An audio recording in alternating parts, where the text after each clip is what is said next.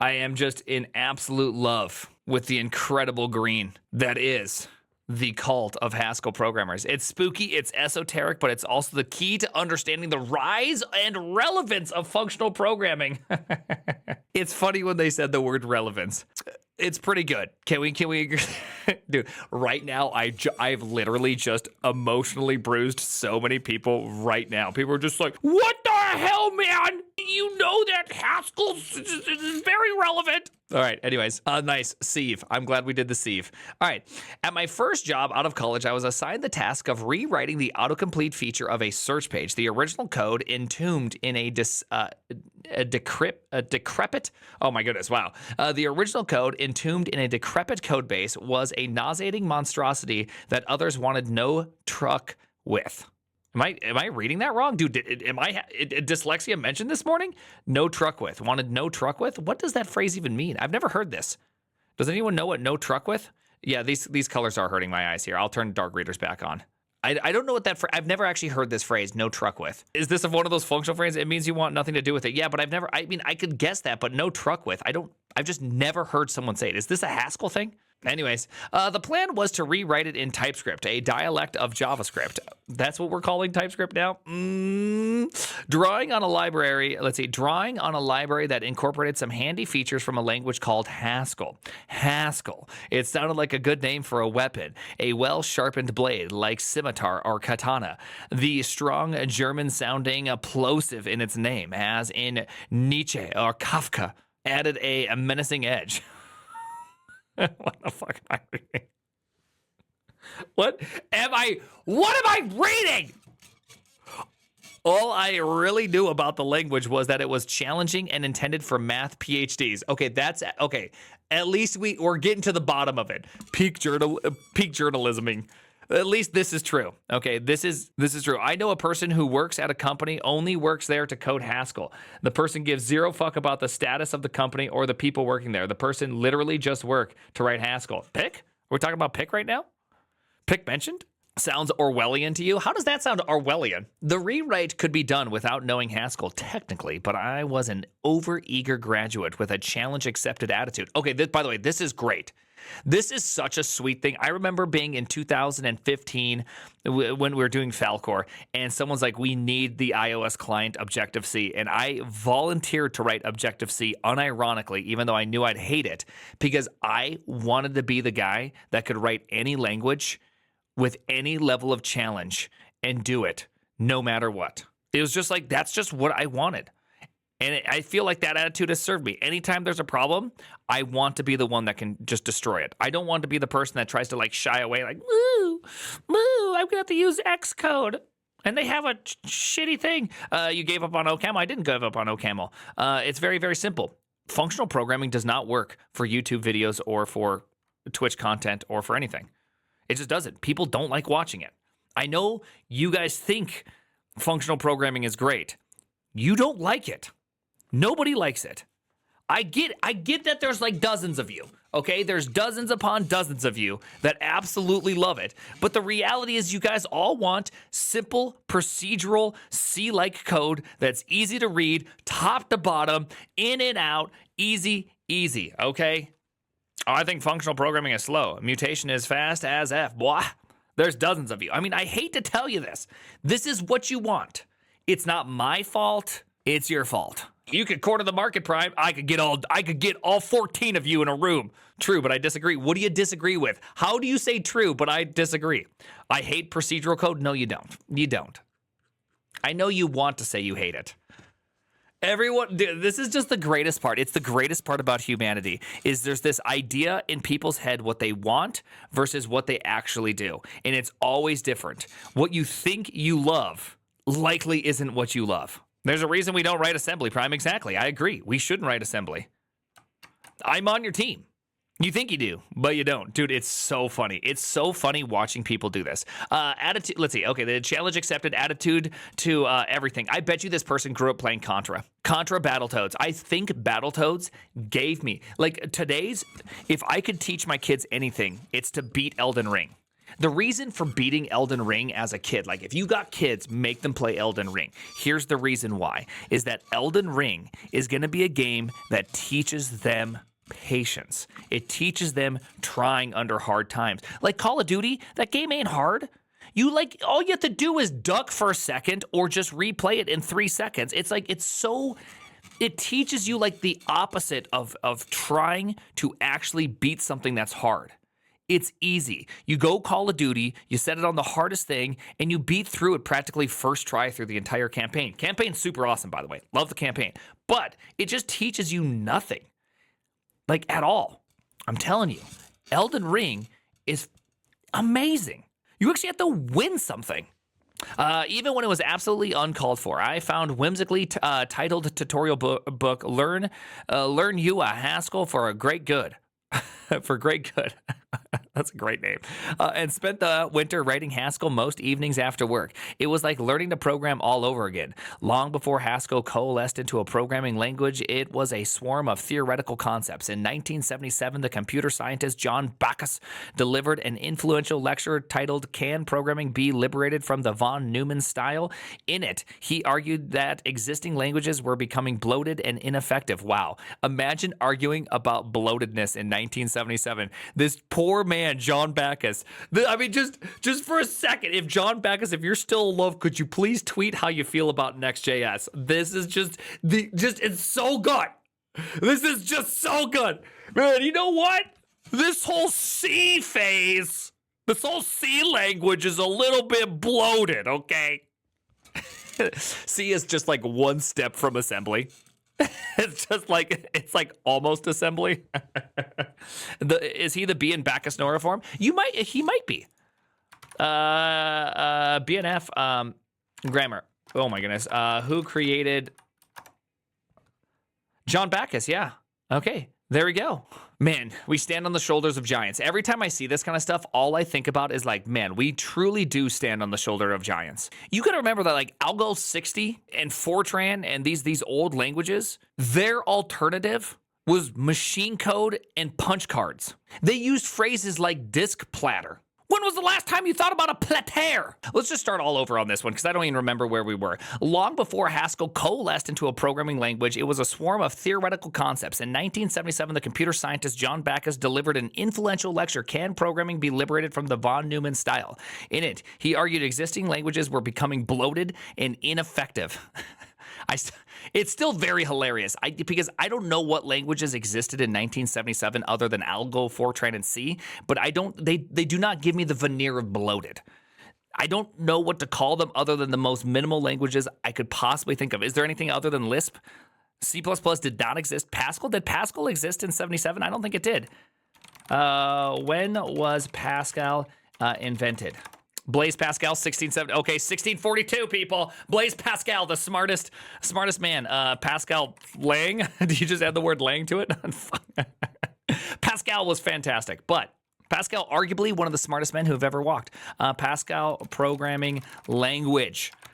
And by the way, I didn't realize that Pascal was invented 1970. Okay. Oh, which emphasized the orderly use of conditional and loop control structures without go-to statements. Oh, that's cool. Well, rock on, Pascal. I didn't realize Pascal's that old. Okay. Hey, was a prodigy. Sadly died young. Yeah, I know. Those things are always sad.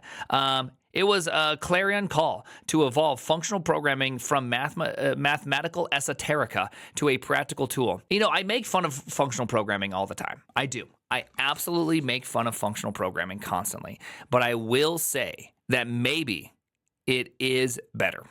I cannot say for sure because I've never been talented enough to do functional programming at an extremely fast pace and high level. Everyone that does functional programming swears by it. And a mark of a fool is a man who can pass by a multitude of people saying something is good and believe it is evil without even understanding it, right? Like that's a mark of a fool in my book. So I'm not going to say it's not that, but not going to do it. All right, programming paradigms are mainly divided into imperative programming and functional programming. The dichotomy isn't clear-cut, as a growing number of languages support both styles. Actually, I still think this is Rust's greatest achievement, is that Rust allowed for mostly functional programming without breaking from a C style. I think that's honestly Rust's greatest benefit. I think that's their biggest win. I truly do. I think that's their biggest win. Their second biggest win is the type system, and I think that if I would just love to see a dropping. I would love to see a drop of the borrowed. Again, I still think Go plus Rust would be so good. Like what's it called Borgo? Is that the name of the language? Borgo. All Borgo is, okay, that's a village. Okay, village, GitHub. If you haven't seen this, this is super cool. All it is, I mean, there's no way I'd ever use this just because I'd never bet the farm on this, right? But all it is it's a language that you write, and then it uses all the Go stuff, and it compiles it down into valid Go. So you just go, hey, I just want a result int, and then it does a result int, and it does all these things that you normally would get used to, like the question mark operator and all that. You have a defer source close. So it feels just like Go, but it also feels just like Rust. To me, this is extremely compelling. Yeah, the holy hell, they fixed Golang. Yeah, exactly. Like this sounds like a Borgo. I mean, this actually sounds, it's Gleam for dummies. It's Gleam for dummies, right? It's Gleam, but procedural. Like again, if Gleam was procedural, I think I would love Gleam. But for purposes, it may be enough to say that in imperative programming, you write code as a series of steps, line by line, while functional programming, you define mathematical functions and let the machine worry about the steps. I don't know about that. That sounds a little too magical for me. In terms of actual functionality and usage, imperative programming is far more common approach. Facts. Before Haskell, academic researchers had implemented certain functional concepts in a language they worked with. But in the late 1980s, a group of computer scientists came together to smelt them into a single language. They named it after the logician mathematician Haskell Curry. Damn, you even curry functions? Yo, in Haskell, we curry functions, whose work is foundational to programming language theory. The original plan was to name it Curry, but the group soon realized a bullet dodge that this would make it vulnerable to bad culinary puns. Think about it for a second. That they're gonna make a language and gonna name it after you, but they choose your first name because your last name is too bad for puns. Damn, man. I mean, it's like feels really good. You got it named after you, but also kind of hurts a little bit. The Haskell committee would blowtorch the messy excess of imperative programming with high-powered mathematics, sculpt a new chassis with a guidance of advanced logic. Why is this called chassis? Right? This is you pronounce this thing chassis. Why? It's French or something, dude. Chass. It's a bunch of chass. Got a little ass in their ass mentioned. And weld everything together with modern compiling techniques. Out of the scalding forge, Haskell 1.0 was born. You know, like, I know this writing is a little ridiculous, but I must say that he writes much better than me. Haskell simply looked different from anything I'd ever seen. Spooky symbols proliferated. The syntax was almost offensively terse. The code for Fibonacci sequence, which can span multiple lines in other languages, can be written as a one-liner shorter than most sequences or sentences in this article. Fib 01 zip plus with fibs tail fibs. Is that real? Is that real? I'm not gonna lie to you. I'm not loving the look of that. Okay, that doesn't make me hot and bothered. You might as well sign off a Haskell program with QED. I assume that's how you end a program, right? That a program you like to process.exit 0 is equivalent to QED. Do you just QED to like close the program? Oh, they reinvented Perl.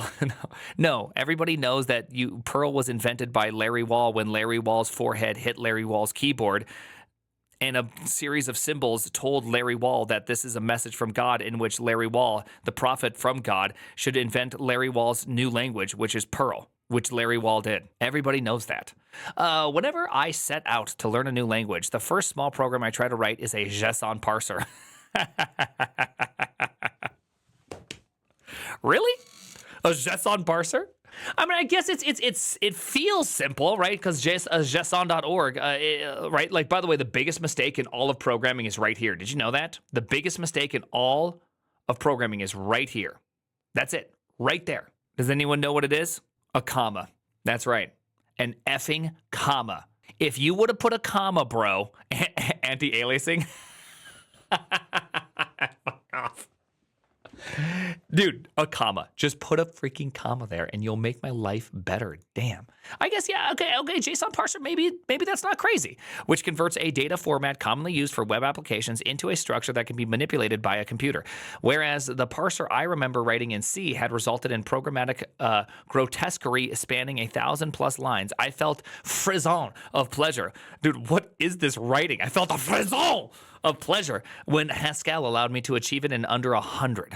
How long did it take to write? How long did it take to write those 100 though? That's what I want to know. I want to know this frisson of pleasure. Okay, is frisson? Does that mean nerdgasm? French is underrated? Is it? I'd say the only person that thinks French is underrated is the French. Okay, it took a week of fighting the GHC. Yeah. 100 lines in 1,000 hours. Boom, let's go. Okay, frisson. You can frisson these nuts. At the same time, I understood almost immediately why Haskell was and still is considered a language more admired than used. You can't write that. You can't write that. Even one of its most basic concepts, that of the monad, has spawned a cottage industry of explainers, analogies, and videos. Dude, it's an effing burrito. It makes perfect sense if you just think of it as a burrito. That's all a monad is. So straightforward. A notoriously unhelpful explanation, famous enough to be auto-completed by Google, goes, a monad is just a monoid in the category of endofunctors. That's a very hilarious phrase. I love it. The language is also more despised than explored. Steve Yegi, a popular curmudgeon blogger of yesteryear, once wrote a satirical post about how, at long last, the Haskell community had managed to find the one industry programmer who gives a shit about Haskell. We read this. We read that one. This was such a good blog post. Oh my goodness, they held like meetings, right? Oh my goodness. Let's see. Press. Was there like a press? Yeah. This one was so good. I love that one. That one was so funny. For programmers like Yegi, Haskell is a byword for a kind of over-intellectualized, impractical language with little industry application. Pick, do you actually find that to be true? Pick, you're the longest writer of Haskell that I know.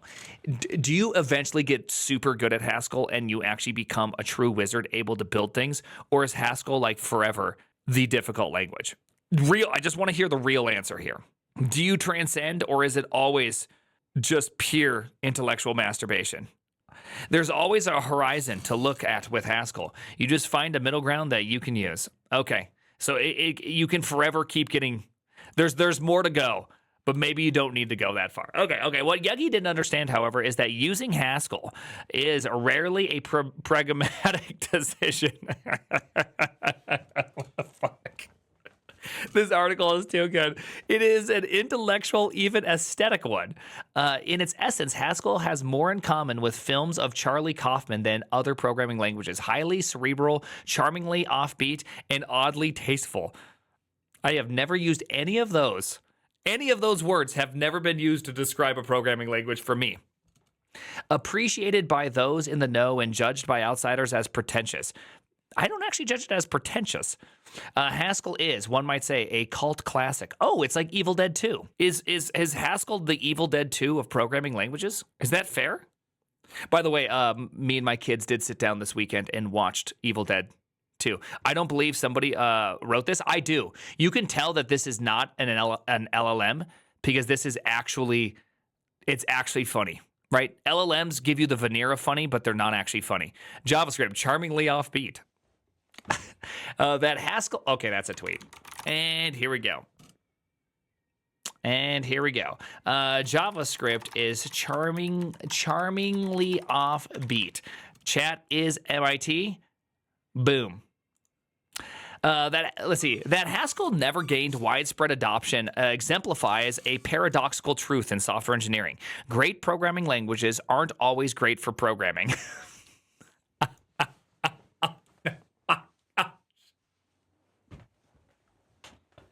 Dude, okay, guys, the horse is dead. We don't have to keep beating it. My goodness. This is poor language. Haskell is not entirely more difficult to learn than something like C, but the two languages pose different challenges. Writing in C is akin to precise engineering, requiring the kind of attention demanded of a skilled horologist. But Haskell code is really code-shaped mathematical expressions. C is a quintessential engineer's language. Haskell is a pure mathematician's. A good engineer and a good mathematician aptitudes don't always overlap. The industry's not so well-kept secret is that most programmers aren't as good at math or logic as you might think. This is mostly fine. This is my favorite way to describe anything. It's mostly fine. After all, many doctors would make poor molecular biologists. Few lawyers are legal philosophers, and a great deal of MBAs know zilch about econometrics. Econometrics? But this means few programmers can really master Haskell. This includes me, of course, whose legs weaken at the sight of such expressions as F coalgebra and type class metaprogramming. I honestly am too stupid to know what this even means. Like, I know what algebra is. Coalgebra, now I have no idea. You throw an F in there, we're just not worthy. Dude, I know this. Dude, this is the most. Typically I'm not a huge fan of Wired, but this is based. This is based as it gets. Okay. Still, when I think about Haskell, a line about Martin Amis prose comes to mind: the primacy he gives to style over matter. Oh, I like that phrase. I like that phrase a lot. Again, I know I've mentioned this a couple times. Oh, I just accidentally just went to a random status. Please tell me this is the one.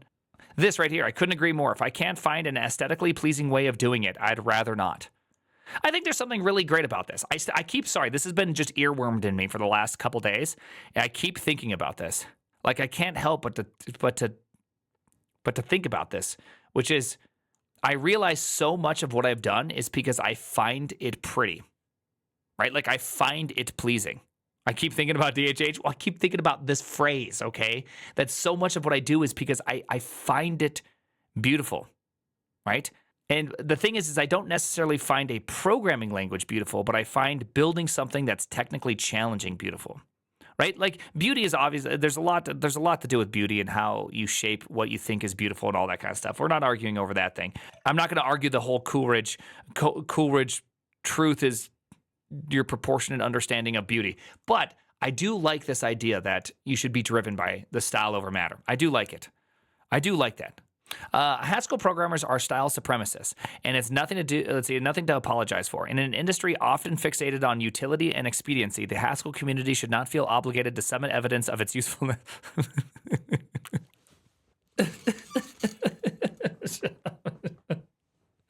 The horse is dead, people. The horse is dead. Why do we got to do this? Instead, it should simply retort, what's the problem with useless intellect? Stop it! It's dead! Because the thing about useless exercises, they don't stay useless for long. Even when industry programmers shunned Haskell, language designers took note. In recent years, a Haskell-styled paradigm has come into vogue because of the treasury of benefits it offers, rendering certain categories of bugs impossible by design, making a program's correctness more provable, and enabling easy parallel computation. Some of the most anticipated updates featured in new versions of imperative languages are those inspired by functional programming. In the end, Bacchus' anti-von Neumann plea was heard. Programming has been liberated. I do like that ending. I do agree. No, I actually really do love this. Uselessness is not necessarily always an exercise in uselessness. I can tell you that everything that I've built that quote unquote has been useless on the outside has almost exclusively helped me up-level my career and my job throughout my life. All the things that I did. Building a neural net in JavaScript got me really good at JavaScript. It got me so good at JavaScript, even though now that I look at it, I think it's completely garbage. But the first time doing it made me much better. Understanding and learning about monads, though monads were not quite all that hip in 2014, but learning all about it and building out the logging for all of the 4 UIs at Netflix by using a monad-like structure was super fantastic, right? Was super fantastic, and it has really genuinely been a big help. It's been a big help in my career, all those little things, and so I've been very, very happy learning these small, teeny tiny stuff. When did you make a neural net in JavaScript? When I was getting my master's in AI. This was way back in the day, right?